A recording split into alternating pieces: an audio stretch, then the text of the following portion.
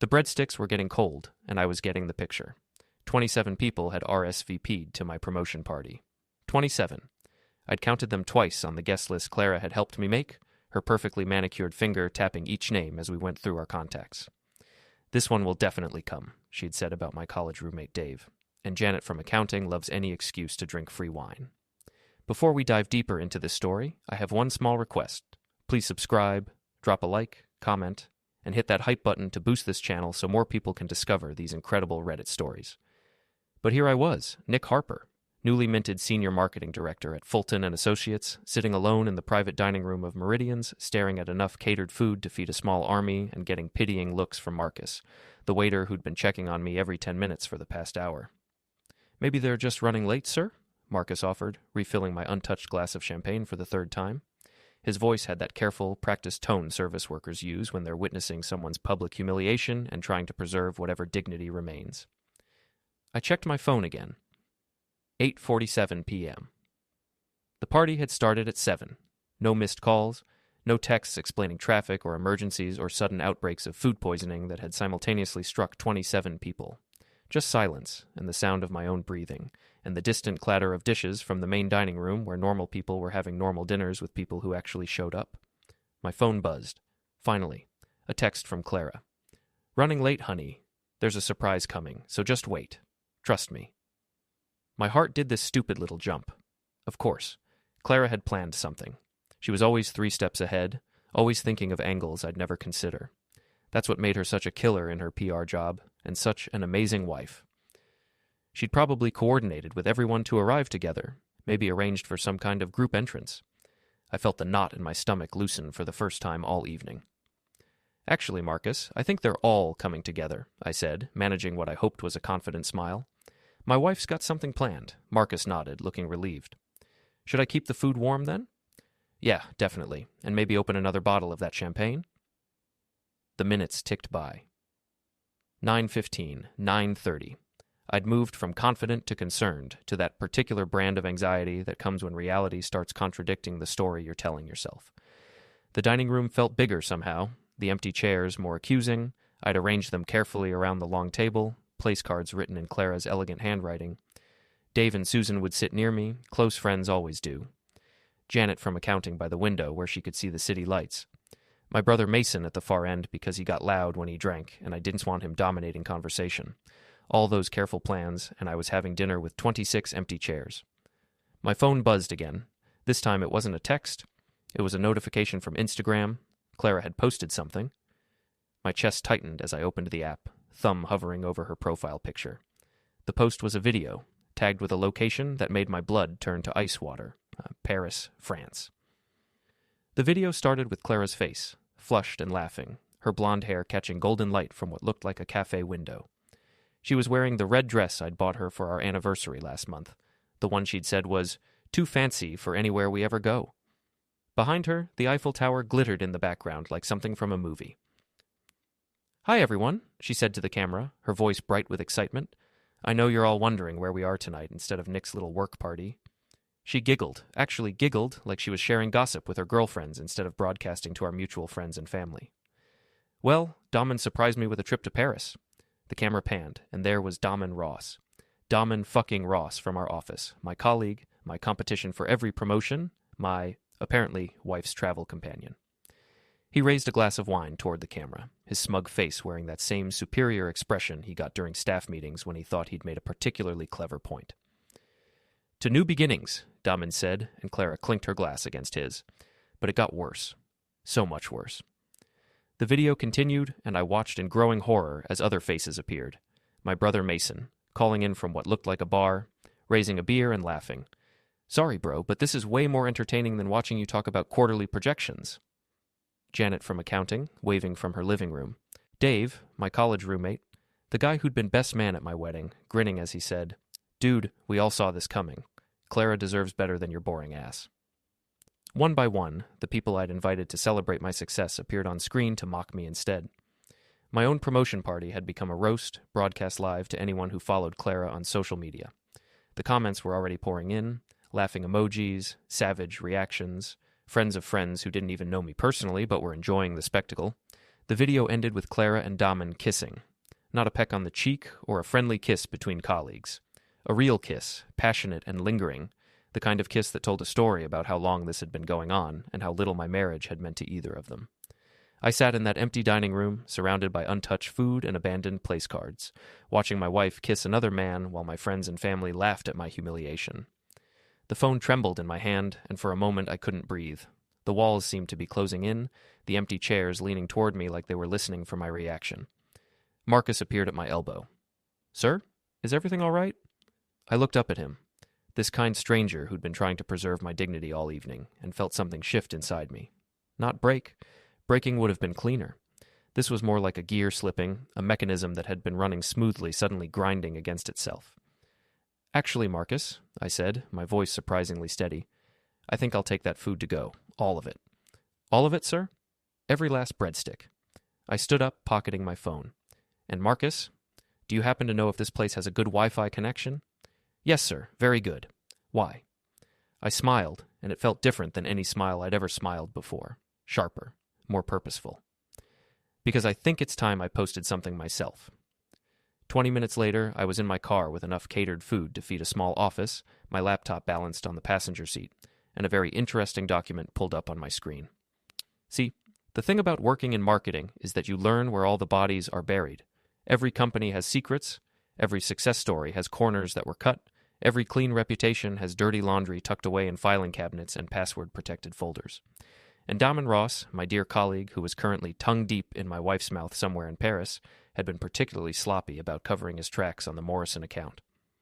I started typing, not an angry rant or a hurt husband's plea for sympathy, something much more surgical.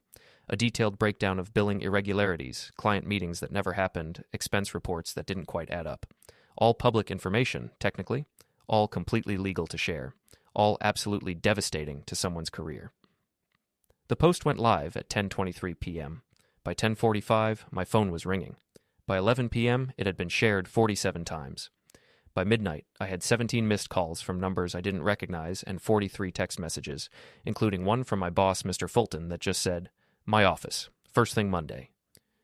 I drove home through empty streets, Clara's Instagram video playing on repeat in my head, and started planning my next move. Because if my wife and my friends and my family thought they'd seen me at my lowest tonight, they were about to learn something important about Nick Harper. I was just getting started.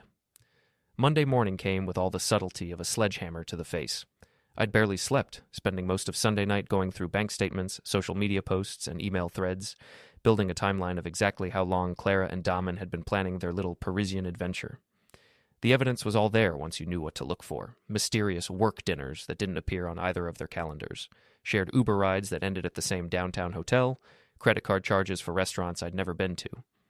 My wife had been cheating on me for at least 3 months, probably longer, and she'd been documenting it all with the casual carelessness of someone who never thought they'd get caught. The Fulton and Associates building looked the same as always, glass and steel reaching toward a gray October sky, the kind of aggressively modern architecture that was supposed to convey success and innovation, but mostly just looked expensive. I badged in through the lobby, nodding to security guard Pete like it was any other Monday, like I hadn't just blown up my colleague's career and possibly my own in a fit of public revenge. The elevator ride to the 15th floor felt longer than usual. My reflection in the polished steel doors looked surprisingly normal. Same brown hair that Clara was always nagging me to style differently.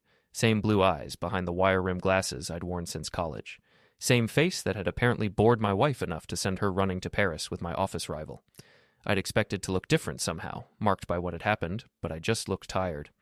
The office buzzed with the particular energy that comes when something scandalous has happened and everyone's pretending to work while actually gossiping. Conversation stopped when I walked by.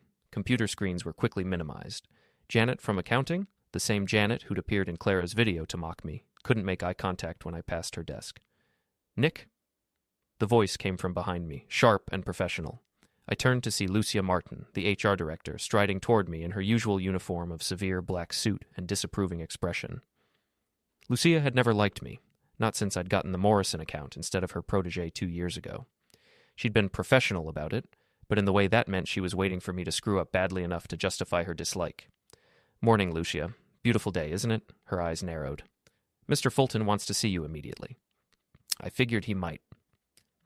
I followed her toward the corner office, past cubicles full of my coworkers who were all suddenly very interested in their computer screens. "How was your weekend? Do anything fun? Watch any interesting videos?" Lucia's jaw tightened, but she didn't respond. She knocked on Fulton's door, waited for his gruff, "Come in," and gestured for me to enter. Harold Fulton looked like Central Casting's idea of a corporate executive. Silver hair, expensive suit, the kind of deep tan that comes from weekend golf rather than actual labor. He'd built the company from nothing 30 years ago and ran it with the casual ruthlessness of someone who'd survived multiple recessions and countless office dramas. He was studying his computer screen when I entered and didn't look up for a long moment. "Sit down, Nick." I took the chair across from his desk, the same chair where I'd received my promotion news just 2 weeks ago. The office was exactly as I remembered. Awards on the walls, family photos on the desk, a view of the city that was probably worth more than most people's annual salaries.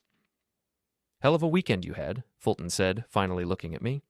His expression was unreadable, which in my experience meant I was either about to be fired or promoted. With Fulton, there wasn't much middle ground. "Yes, sir, it was eventful. 347 shares on your little Morrison account expose. 42 comments, most of them from people in our industry. 2 phone calls from Morrison's legal team, 1 very uncomfortable conversation with Dom and Ross's father, who apparently plays golf with half our client base." I waited. Fulton was the kind of man who liked to control conversations, and interrupting him was never wise. "You want to explain to me why my newly promoted senior marketing director decided to air our dirty laundry on social media?" I shared publicly available information about billing irregularities on a major account. Everything I posted was factual and verifiable.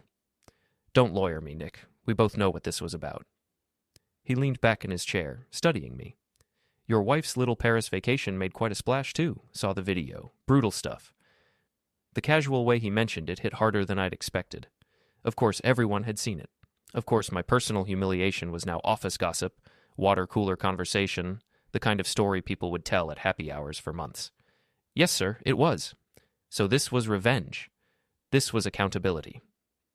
Fulton actually smiled at that, a quick flash of something that might have been approval. Accountability. I like that. Problem is, accountability doesn't pay the bills when clients start asking questions about our internal processes. My stomach dropped. "Are you firing me?" Should I be? The question hung in the air between us. I thought about Clara in Paris, about Damon's smug face in that video, about my friends and family laughing at my humiliation. I thought about 3 months of lies and secret meetings, and my wife coming home from her work dinners with another man's cologne on her clothes. "No, sir, you shouldn't, because everything I posted was true, and if we're worried about clients asking questions about our internal processes, maybe we should be worried about why those processes were so easy to expose in the first place." Another smile, longer this time. "Fair point. Here's what's going to happen. You're going to personally handle the Morrison account going forward. You're going to fix whatever mess Damon made. You're going to rebuild their confidence in this company, and you're going to do it without any more social media dramatics." "And Damon?" "Damon's going to be very busy with some new responsibilities when he gets back from his vacation, assuming he still has a job to come back to, which will depend largely on what Morrison's lawyers find when they start digging into those billing irregularities you so helpfully highlighted." I felt something loosen in my chest, the first good feeling I'd had since Friday night. "Thank you, sir." "Don't thank me yet. You've got a target on your back now, Nick. Damon's got friends in this company, and they're not going to appreciate what you did. Neither is your wife's friend, Lucia, who I suspect is already planning ways to make your life difficult." He leaned forward, his expression serious. "You opened a door here that you might not be able to close. You ready for what comes next?"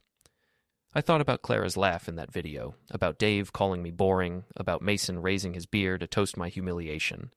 I thought about coming home to an empty house every night, about sleeping in a bed that still smelled like my wife's perfume, about starting over at 38 with nothing but a promotion I'd earned and a reputation I'd have to rebuild. "Yes, sir, I am." "Good. Now get out of my office and get to work. And Nick, next time you want to burn someone's career down, maybe give me a heads up first. I might want to sell tickets." I was halfway back to my desk when my phone buzzed, a text from a number I didn't recognize. "Saw your post? We need to talk. Mason." My brother. The same brother who'd appeared in Clara's video to mock me, who'd chosen my wife's humiliation party over my promotion celebration. Now he wanted to talk. I typed back, "Nothing to talk about."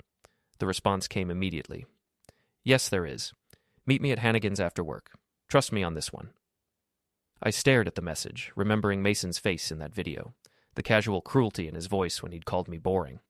Then I deleted the text without responding and got back to work. But all day, as I fielded calls from Morrison's team and worked on damage control, I couldn't stop thinking about that message. Trust me on this one. Like trust was something I had left to give to anyone. By 5 o'clock, I was exhausted and angry and curious enough to hate myself for it. I drove to Hannigan's. Hannigan's was the kind of bar that attracted 3 types of people: cops getting off shift, construction workers spending their paychecks, and office workers like me who needed somewhere dark and honest after dealing with corporate bullshit all day. It smelled like cigarette smoke and broken dreams, despite the citywide smoking ban that had been in effect for 5 years. Some smells just soak into the walls and stay there. Mason was already there when I arrived, hunched over a beer at a corner table that gave him a clear view of both the entrance and the back exit.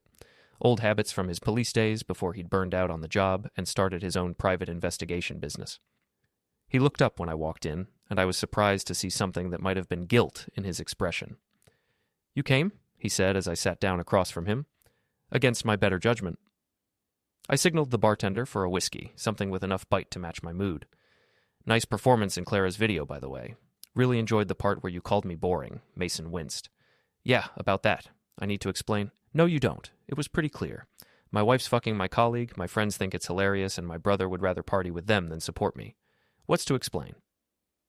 The bartender brought my drink, and I took a sip that burned all the way down.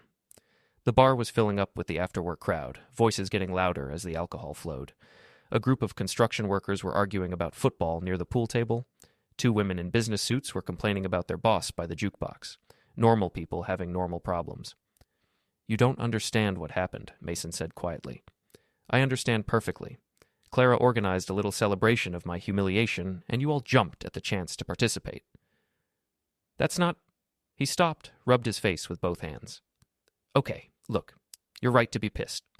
But there's more to this than you know." I laughed, but there wasn't any humor in it. "More? What more could there possibly be?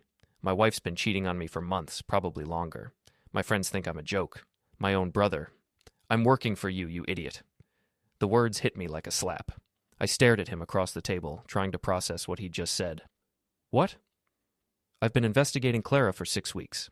You hired me." "No, I didn't." "Yes, you did. Remember that night in September when you came to my office, drunk off your ass, going on about how Clara was acting weird, how she was working late all the time, taking calls in the other room, being secretive about her phone?" I did remember that night. I'd been worried, suspicious, in the way that makes you feel guilty for not trusting your spouse. I'd gone to Mason's office after a client dinner that had involved too much wine, looking for reassurance that I was being paranoid. "You said I was being paranoid." "I said that to your face. Then I told you to go home and sleep it off, and I'd look into it quietly. You were too drunk to remember agreeing, but you did. You even gave me a retainer." He pulled out his phone, scrolled through his photos, and showed me a picture of a check made out to Harper Investigations. In my handwriting, $500. My signature at the bottom, sloppy with alcohol, but definitely mine. "I don't remember writing this." "You were pretty wasted, but you were also right to be suspicious." Mason's expression was grim. "Clara's been cheating on you for 4 months, not 3. Started right after you got passed over for the Patterson account in June. She was pissed about the money, said you weren't ambitious enough, weren't fighting hard enough for promotions." The whiskey turned to acid in my stomach. "You knew all this, and you didn't tell me?" "I was building a case, getting evidence. Photos, financial records, timeline of the affair. I was going to present it all to you last weekend, but then Clara posted that video and everything went to shit." "So why were you in the video? Why did you—" "Because I was undercover, Nick. I've been playing the supportive brother-in-law for weeks, getting close to Clara and her friends, earning their trust so they'd talk freely around me. When Clara called me about the video, I had to play along or blow my cover." I stared at him, trying to reconcile this explanation with the betrayal I'd felt watching that video. "You could have warned me."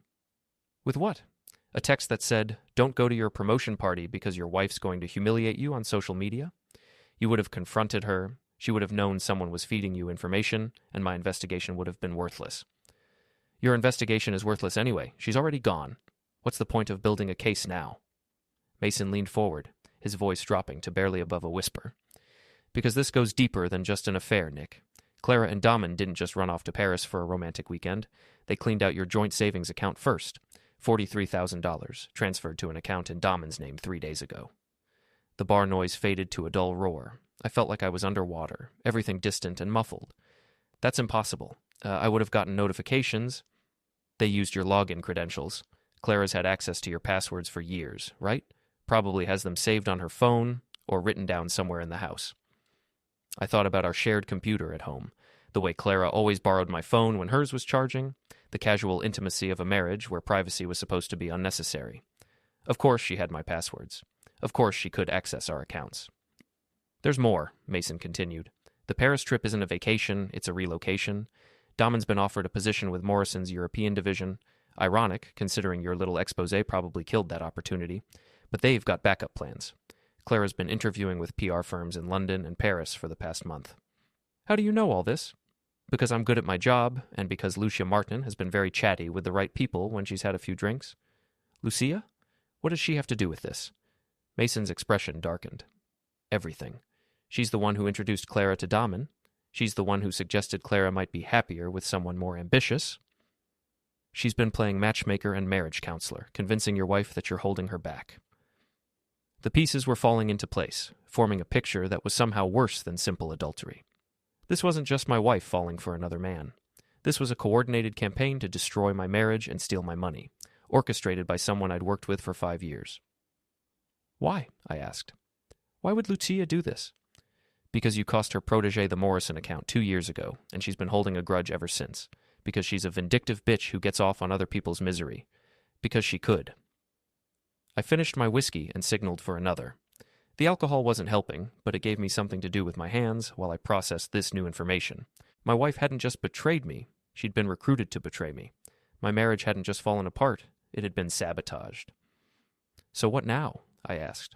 Now we fight back. I've got evidence of the financial theft, documentation of Lucia's involvement, proof that this was all planned months in advance. We can get your money back, probably get Lucia fired, definitely make sure everyone knows exactly what kind of people they're dealing with. And Clara? Mason's expression softened slightly. Clara made her choice, Nick. She chose money over marriage, ambition over loyalty. You can't fix that, and you shouldn't try. I thought about the woman I'd married 6 years ago, the bright and beautiful PR executive who'd laughed at my jokes and supported my dreams and promised to love me for better or worse. That woman was gone, if she'd ever really existed at all. In her place was someone who could clean out our savings account and mock me on social media without a second thought. What do you need from me? I asked. Access to your house. Clara's coming back tomorrow to pack her things while you're at work.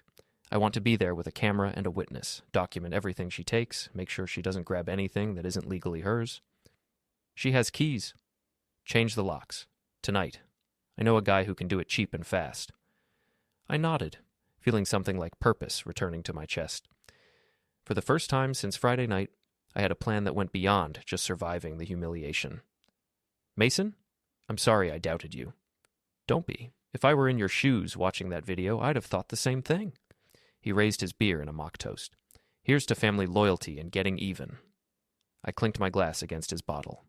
To getting even. We drank, and I started planning my next move. Tuesday afternoon, I sat in my car across the street from my own house, watching my wife steal from me. Mason was positioned in the backyard with a camera and a clear view through the kitchen windows. We'd changed the locks at midnight, but Clara still thought she had access. The look on her face when her key didn't work had been worth the locksmith's emergency fee. She'd called me, of course, 3 times. I'd let each call go to voicemail, then listened to her messages with a mixture of satisfaction and disgust. The first was confused. Nick, something's wrong with the locks. Did you change them? Call me back. The second was irritated. This is ridiculous. I need to get my things. Don't be childish. The third was furious. You can't keep me out of my own house. I'm calling a lawyer. But she didn't call a lawyer. Instead, she called Damen, who showed up 20 minutes later with a crowbar and an attitude that suggested he'd never faced real consequences for anything in his privileged life. They were inside now, and judging by the sounds coming through my phone, Mason had set up audio surveillance. They were taking a lot more than just Clara's personal belongings. She's in the bedroom now, Mason's voice crackled through my earpiece. Going through your dresser drawers. Just took your watch collection. My father's Rolex. The vintage Omega I'd inherited from my grandfather. The tag Hoyer Clara had given me for our anniversary, back when our marriage meant something, each one worth more than most people spent on rent. Now she's in the office. Damon's disconnecting your computer. My computer? The whole tower. They've got boxes. Looks like they came prepared for a major haul. I gripped the steering wheel tighter. This wasn't a woman collecting her clothes and personal items. This was a coordinated theft, planned and executed with the casual efficiency of people who thought they were untouchable. My phone buzzed. A text from Clara. I know you're watching. We need to talk. I looked up at the house and saw her silhouette in the living room window, phone in her hand.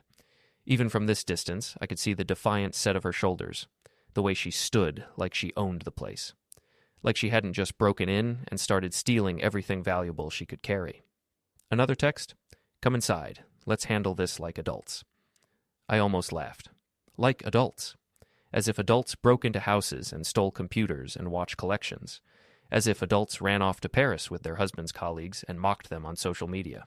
But I was curious and angry, and ready for the confrontation that had been building since Friday night. I got out of the car and walked across the street to my own front door. It was standing open, like an invitation or a challenge. I could hear voices from inside, Clara's sharp tone and Damon's deeper voice, discussing something in urgent whispers. They were in the living room when I entered, surrounded by boxes and bags filled with my possessions. Clara looked exactly like she had in the Paris video, beautiful and confident and completely unrepentant. Damon looked like he'd rather be anywhere else, which gave me a small measure of satisfaction. Hello, Nick, Clara said, as casually as if I'd just come home from work. We need to discuss the division of assets. Division of assets? I looked around at the boxes, at my computer tower sitting by the door, at the suitcase full of my watches. Is that what we're calling theft now? It's not theft. I have a legal right to half of everything we acquired during our marriage. You have a legal right to file for divorce and let a judge decide what you're entitled to. You don't have a legal right to break into my house and take whatever you want. Damon stepped forward, trying to look intimidating in his expensive suit and Italian shoes. Look, Nick, we're trying to be reasonable here. We? I turned to face him fully, and something in my expression made him take a step back.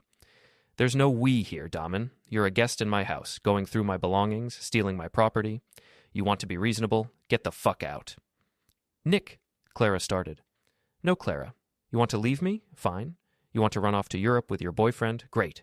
You want to clean out our savings account and disappear? Well, too late for that, because I already moved the money. The lie came easily, smoothly. I hadn't moved anything yet, but I would as soon as this conversation was over. Clara's composure cracked slightly. You can't do that. That's our money. It was our money when we were married. Now it's my money in my account, and you're my soon-to-be ex-wife who broke into my house to steal my computer. I'm not stealing anything. These are marital assets. The watches were gifts from my family. The computer is mine. The only thing in this house that belongs to you is your clothes, and you could have gotten those any time by asking instead of breaking in like a common criminal. Damon tried again. We're not trying to cause problems, Nick. We just want a clean break. I laughed, and it came out harsher than I'd intended. A clean break? You fucked my wife for 4 months, convinced her to steal my money, mocked me on social media, and now you're robbing my house. That's your idea of a clean break? I didn't steal your money, Clara said, but her voice lacked conviction.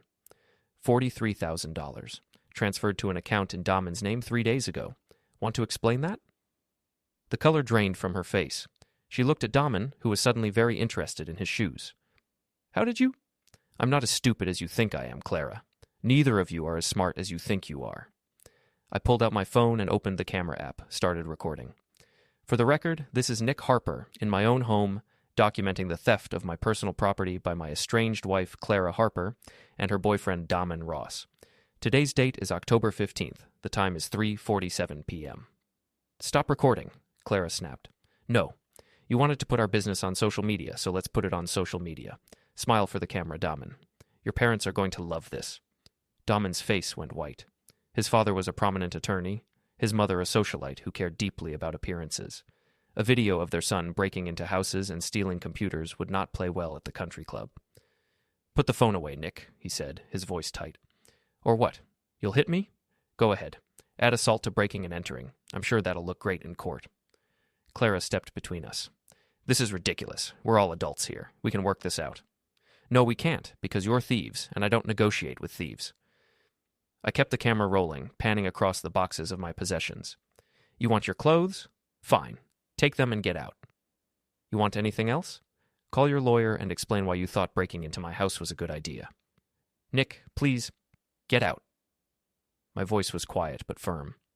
Both of you, now. They looked at each other, some silent communication passing between them. Finally, Clara grabbed a suitcase that I assumed contained her clothes, and Damen picked up a small box that probably held her jewelry and personal items. This isn't over, Clara said as they headed for the door. Yes, it is. We're done, Clara. You made sure of that. They left, and I stood in my living room, surrounded by the boxes they'd packed with my belongings, listening to the sound of their car driving away. My phone was still recording. End of documentation, I said to the camera. Time, 4:23 p.m. Subjects have left the premises.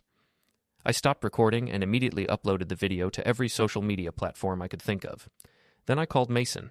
Did you get it all? Every second. Audio, video, close-ups of them going through your stuff. It's all documented. Good. Now let's go get my money back. But first, I had a video to edit and a story to tell. If Clara wanted to play games on social media, I was ready to play back. The video went viral overnight. Not internet-famous viral, but viral enough for my purposes. Shared by coworkers, friends, family members, and their friends, rippling out through social networks like a digital wildfire. By Thursday morning, it had been viewed over 2,000 times and generated more comments than I could read. The responses were everything I'd hoped for and more. People were outraged on my behalf, calling Clara and Damen everything from shameless to criminal. My college roommate Dave, the same Dave who'd mocked me in Clara's Paris video, posted a long apology in the comments. Janet from accounting sent me a private message saying she'd been caught up in the moment and felt terrible about participating in my humiliation. But the best response came from an unexpected source, Damen's mother. Margaret Ross was old money Boston society, the kind of woman who served on charity boards and hosted fundraisers and cared deeply about her family's reputation. She'd apparently seen the video through a mutual connection and was, according to my sources, absolutely mortified by her son's behavior. Mason called me Thursday afternoon with an update. Damon's been cut off, completely. His trust fund, his credit cards, his monthly allowance, all frozen until he makes this right, whatever that means. How do you know all this? Because Margaret Ross called me directly. Apparently she hired a private investigator of her own to look into her son's activities, and my name came up in the research. She wants to meet with you. With me? Why? To apologize for her son's behavior and discuss appropriate restitution. Her words, not mine. I almost couldn't believe it. In the span of a week, I'd gone from the humiliated husband everyone was laughing at to the wronged party everyone wanted to support. The power of narrative, properly deployed. The meeting with Margaret Ross took place Friday afternoon at her Beacon Hill townhouse, a monument to old money and older values. She was exactly what I'd expected. Silver-haired, impeccably dressed, with the kind of posture that came from generations of finishing school and social prominence. Mr. Harper, she said, gesturing for me to sit in a chair that probably cost more than my car. I want to begin by offering my sincere apologies for my son's inexcusable behavior. Thank you, Mrs. Ross. I appreciate that. I've seen the video of him in your home. I've spoken with his father about the financial irregularities at your company. And I've had several very frank conversations with Damen about his choices and their consequences. She poured tea from a service that looked like it belonged in a museum, her movements precise and controlled. Everything about her radiated the kind of authority that came from never having been told no by anyone who mattered. I understand your wife accessed your joint accounts and transferred a substantial sum to my son's account. $43,000. Which has been returned to your account as of this morning, along with an additional $20,000 for your troubles. I nearly choked on my tea. I'm sorry. What? Consider it a gesture of goodwill. The Ross family does not tolerate theft, adultery, or the kind of public humiliation my son helped orchestrate. He has been educated about the consequences of his actions. What kind of consequences? Margaret's smile was thin and sharp. Damen will not be returning to Fulton and Associates. He will not be taking any position with Morrison's European division. He will not be continuing his relationship with your wife. And he will be spending the next year doing community service and reflecting on his choices. Community service? Habitat for Humanity. Building houses for people who actually deserve them. Manual labor tends to provide perspective on the value of honest work. I stared at her, trying to process what I was hearing. In the span of a week, I'd not only gotten my money back, but received a bonus and watched my wife's boyfriend get completely cut off from his privileged life. There is one more thing, Margaret continued. I understand there's a woman at your company, someone in HR, who helped facilitate this situation? Lucia Martin. Yes. Well, it seems Ms. Martin has been sharing confidential employee information with outside parties, which violates several federal privacy laws. I've taken the liberty of sharing this information with the appropriate authorities. My head was spinning. How do you know about Lucia? Mr. Harper, my family has been in Boston for 200 years. We have connections everywhere, including law enforcement, regulatory agencies, and several of your company's board members. When someone targets my family through criminal activity, I respond appropriately. Criminal activity. I'd been thinking of this whole situation as personal drama, but Margaret Ross was treating it like a business problem to be solved with precision and overwhelming force. What about Clara? I asked. Margaret's expression softened slightly. Your wife made her choices, Mr. Harper. She'll have to live with the consequences. But she's no longer my son's problem, which means she's no longer my problem. I left the meeting feeling like I'd been hit by a very expensive, very well-mannered truck. In the span of an hour, I'd gotten my money back with interest, watched my enemies get systematically destroyed, and learned that there were forces in the world I'd never imagined. But the week wasn't over yet. Saturday morning, I woke up to 17 missed calls and 43 text messages. Something had happened overnight, something big enough to generate that kind of response. I scrolled through the messages, trying to piece together what was going on. Did you see the news? Mason. Holy shit, dude. Dave. I can't believe this. Janet from accounting. You won. Unknown number. I turned on the local news and got my answer. The lead story was about a major HR scandal at a prominent Boston marketing firm. Lucia Martin had been arrested for identity theft, wire fraud, and violation of federal privacy laws. The reporter mentioned that she'd been using her position to access confidential employee information and share it with outside parties for personal gain. But that wasn't the big story. The big story was what the investigation had uncovered about her other activities. Apparently, Lucia had been running a side business for years, selling employee information to divorce attorneys, private investigators, and anyone else willing to pay for inside information about people's personal lives. She'd facilitated dozens of affairs, helped orchestrate multiple divorces, and profited from the destruction of other people's marriages. Clara's affair wasn't just adultery. It was part of a criminal enterprise that had been operating for years. My phone rang. Mason. You watching the news? He asked. Yeah. How did this happen so fast? Margaret Ross doesn't mess around. And when she decides to destroy someone, they get destroyed completely. What about Clara? What about her? She's in Paris with no money, no job prospects, and a boyfriend who just got disowned by his family. She made her bed. I thought about my wife, my ex-wife, stranded in a foreign country with no resources and no plan. Part of me felt sorry for her, a very small part. It's over, I said. Yeah, it is. You won, Nick, completely. I hung up and sat in my empty house, surrounded by the silence of victory. My enemies were defeated, my money was returned with interest, and my reputation was not only restored but enhanced. I was the wronged husband who'd fought back and won, the underdog who'd outmaneuvered his tormentors. But sitting there in that silence, I realized something important. Winning felt different than I'd expected. It felt quieter, more final. My phone buzzed one more time, a text from an unknown number. This is Clara. I'm sorry for everything. I know you'll never forgive me, but I needed you to know that I'm sorry. I stared at the message for a long time, then deleted it without responding. Some apologies come too late to matter.